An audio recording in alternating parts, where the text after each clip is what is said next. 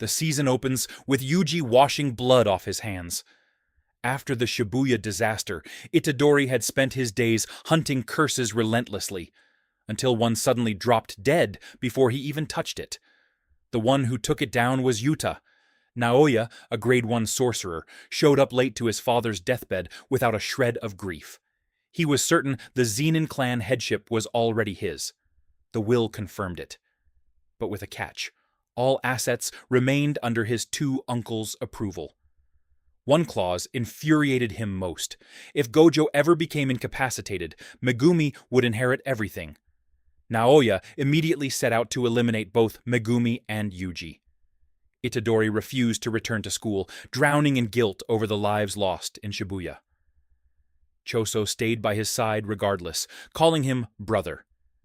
The two hunted curses together, using Yuji as bait, until Naoya appeared and overwhelmed them both. He moved like a ghost, teleporting behind Yuji, landing strikes before either could react, turning Choso into a punching bag without effort. Mid-fight, Yuta dropped in with a katana in hand, and an aura that made the air feel heavy. Choso told Yuji to run. He did. But Yuta closed every gap effortlessly, each attack overflowing with cursed energy so dense that Yuji couldn't read a single movement. After a brief exchange, Yuta drove his blade through Yuji's heart. Sukuna sensed it and chose not to intervene. Choso fought on against Naoya, absorbing blow after blow until he managed to detonate suspended blood droplets in a precise explosion that sent Naoya crashing down. Just as he moved in to finish it, Yuta appeared and knocked Choso out instantly. Naoya had been poisoned by Choso's toxic blood and barely survived. Yuta offered to heal him in exchange for a false report that Itadori was dead. When Yuji woke up, Yuta explained everything. Gojo had asked him in advance to watch over the students. And to fool the higher-ups, he had made a binding vow to attack Yuji while healing him the instant. This was Yuji's second fake death. Megumi was the one who convinced him to come back. His sister had been dragged into a deadly competition called the Culling Game, and he needed Yuji's strength. Kenjaku created the game by implanting cursed techniques into selected individuals and forcing them to kill each other. Killing a sorcerer earns 5 points. A non-sorcerer 1. With 100 points, a player can propose a new rule. Anyone whose score doesn't change for 19 days loses their technique. Effectively, a death sentence. The group's plan: accumulate points, add rules that allow players to exit, and find a sorcerer known as the Angel, whose technique can crack open the prison realm and free Gojo. Yuki and Choso stayed behind as bodyguards while the rest split up. Maki toward the Zenin clan, Yuta into the game as a scout, and Yuji and Megumi into the Tokyo barrier. Maki returned to claim weapons from the vault, but her father had been waiting. He struck her and Mai down and threw them into a room full of imprisoned, cursed spirits. Mai knew she wouldn't survive. She transferred every drop of her cursed energy to her sister and died smiling. Maki rise as something entirely different. She cut her father down before he could react, then swept through the entire Zenin clan without slowing. Sorcerer after sorcerer falling to clean, final strikes. The elite Hei unit, the uncles, Naoya, none of it mattered. She broke Naoya's face with a single punch after seeing through every frame of his projection sorcery. He tried to flee and was finished off by Maki's own mother. When Maki found her mother, she killed her too. She walked out, carrying Mai's body over her shoulder, handed her to a tearful Momo at the gate, and kept walking. The Gojo and Kamo clans used the massacre to demand the Zenin clan be stripped of its Big Three status. The higher-ups declared Yaga responsible for the Shibuya Incident, and sent Gakuganji as executioner. After a brutal fight, Yaga fell. His final act was whispering the secret of sentient cursed corpses. 3 compatible souls fused into a core, clashing until a true self emerges. Panda arrived too late, finding his father already gone. He didn't attack Gakuganji. He recognized him as just a blade wielded by others. Even a panda knows how to shed tears after losing a father.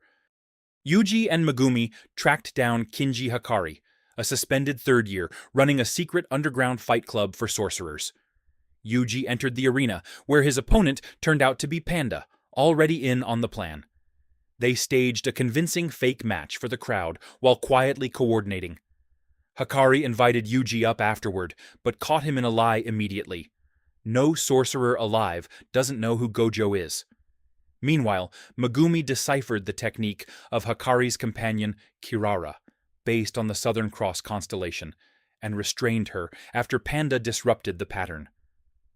Hikari then came out swinging at Yuji, not measured strikes, but bone-breaking punishment delivered with full intent.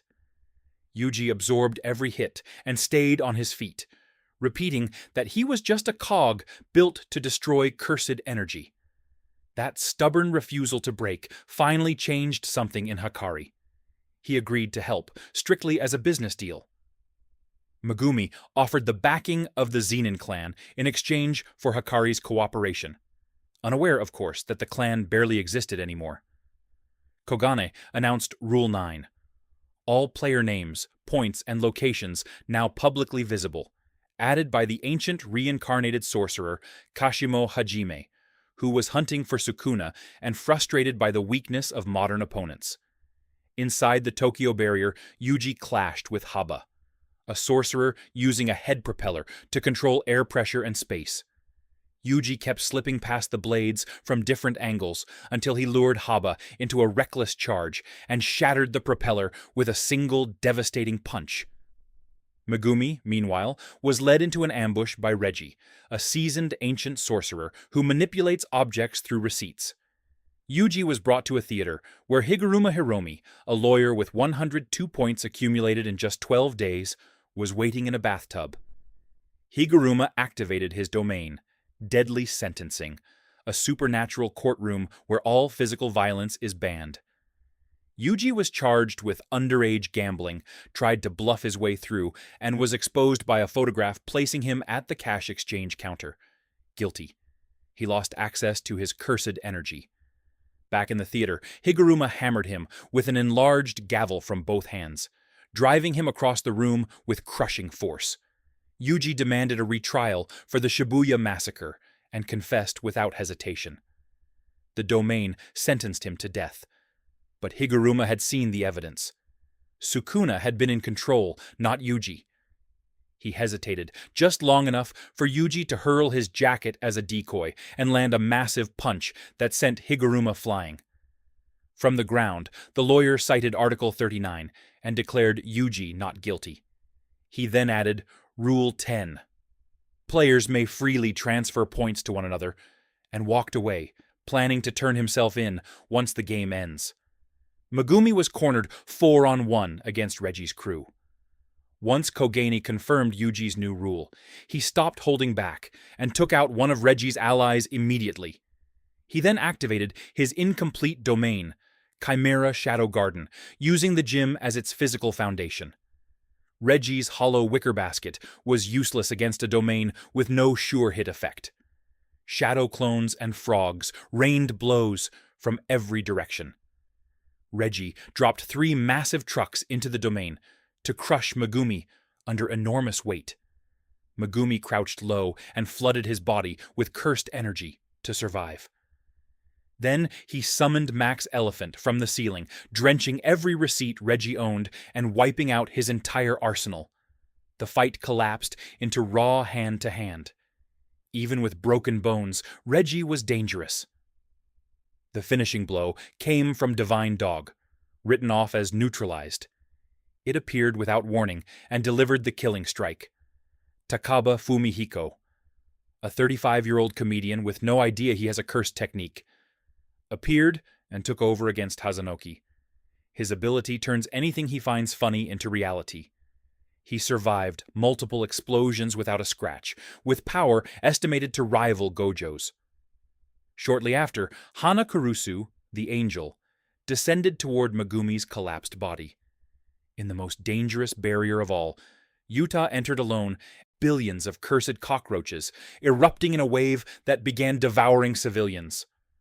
While Rika held the line, Yuta engaged the cockroach spirit, severing its arm, surviving parasitic insects bursting from his own shoulder. He let the creature charge in, thinking it had won, grabbed it by the head, and bit directly onto its mouth, funneling reversed, cursed technique energy straight into its body. It was obliterated from the inside. Takako immediately exposed this secret with a spatial strike that sent Yuta crashing into a museum. A three-way battle erupted. Takako warped space like a lens, bending attacks around any defense. Ryu unleashed continuous cursed energy blasts, powerful enough to collapse entire city blocks. Yuta weaved through the destruction at godlike speed, closing distance and trading devastating blows with Ryu. Strikes that detonated like artillery shells, collapsing buildings around them. Yuta slipped on his ring, the only way to fully manifest Rika and access copied techniques, with a strict 5-minute limit. He froze Takako with a whispered command and hammered her into the ground. Rika launched him like a projectile at Ryu. They clashed in an earth-shaking exchange, Ryu firing curving blasts from every angle. When all three activated their domains simultaneously, the overlapping instability shattered everything, and Kururushi was reborn in the chaos. Yuta shoved Takako into the cockroach's path. It bit off her arm, Rika grabbed the limb, and Ryu finished Takako without a second thought. Yuta killed Kururushi again without effort.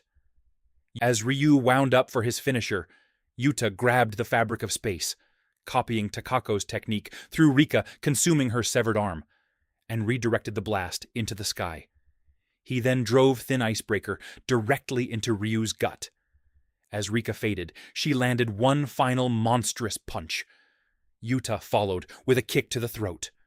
The redirected blast came looping back from above and crashed down onto Ryu's own head. He had been made to swallow the very meal he had prepared for someone else. Ryu fell satisfied, thanking Yuta for finally ending 4 centuries of hunger.